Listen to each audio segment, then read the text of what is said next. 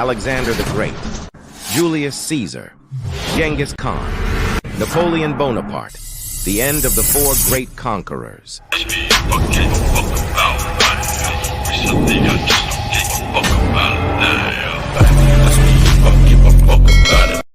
Imagine a man who cried because conquering vast lands wasn't sufficient for him.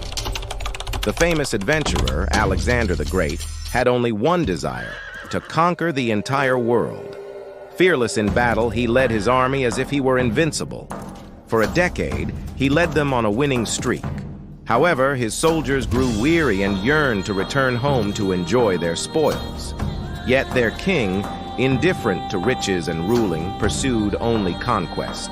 However, his ambitions faced a setback in India when he encountered formidable resistance from Porus. Despite sustaining injuries and losing his trusted horse, Alexander pressed on. Facing a fresh and formidable Indian army, his exhausted troops urged him to retreat. Reluctantly, Alexander relented, marking the beginning of his downfall. Known for his excessive drinking, he fell gravely ill, prompting a struggle for succession among his opportunistic generals.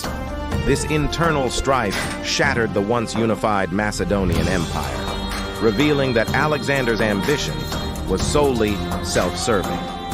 Despite tales of his body's preservation, modern scholars suggest he may have suffered from a neurological condition, possibly leaving him conscious as he was entombed alive. Now let's talk about the superfan of Alexander, Gaius Julius Caesar.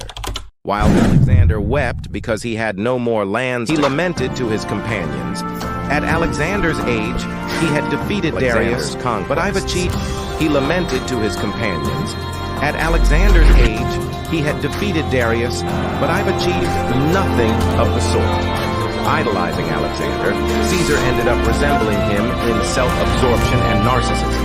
As he rose to power as a military leader and politician, he dismantled the Roman Republic and declared himself dictator perpetual, or perpetual dictator. He openly flaunted his authority, once remarking, "If you must break the law, do it to seize power.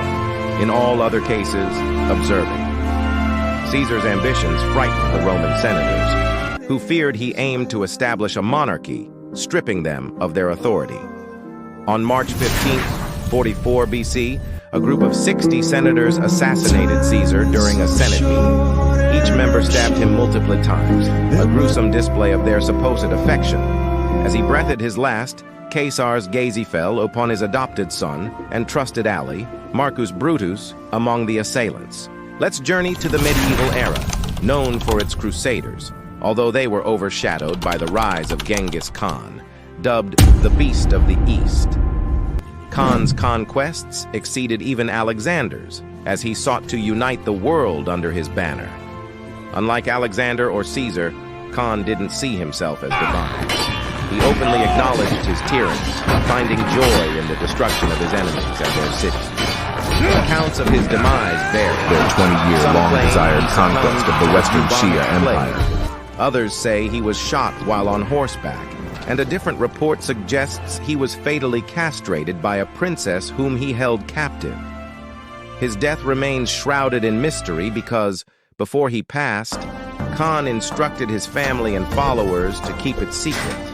At the time, the Mongols were in the midst of a crucial conquest of the Western Shia Empire, which Khan deemed more vital than his own grand funeral. Such was the secrecy surrounding his passing that even his funeral procession became a path of death, as his followers slaughtered anyone along the route to ensure the secret remained intact. In the distant past, about 500 years ago, there lived a remarkable conqueror named Napoleon Bonaparte. Back then, warfare had evolved from using swords and spears to employing artillery. Napoleon showed exceptional skill in the art of war, making him stand out as a genius. Though he initially rose to power in defense of revolutionary France, his ambitions extended far beyond that. His personality was quite unusual, even when compared to other famous conquerors. Caesar saw himself as a savior to his people. Alexander considered himself divine. Genghis Khan ruled with an iron fist, and Napoleon viewed himself as a master of warfare. likening battles to works of art. Napoleon had an incredible ability to focus and remember details. Once, during a campaign in 1805, when one of his officers couldn't find his division, Napoleon could instantly provide its location for the next few days, along with detailed information about its strength and the officer's military record. Despite leading an army of 200,000 men across 7 forts, he could visualize the entire army's movements in his mind. He achieved numerous victories across Europe and the Mediterranean, his troops moving swiftly like the wind, albeit noisy. However, as the battles grew more intense and the death toll rose, he faced defeat at the Battle of Waterloo in 1815.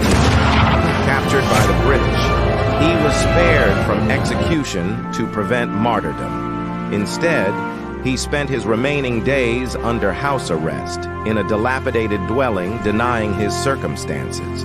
Even in isolation, he clung to the illusion of power, hosting dinner parties where guests dressed in military attire, trying to preserve the semblance of his former glory. Loneliness and isolation eventually took their toll, and Napoleon passed away on May 5, 1821. In his final moments, he confessed his love for France, the army, and his wife Josephine. His death marked the end of an era for the Great Conquerors. Though their deaths varied in circumstance, they all shared a common trait, an insatiable thirst for more conquests. Thank you for joining us on this journey through the annals of time. Please, like and subscribe for more videos.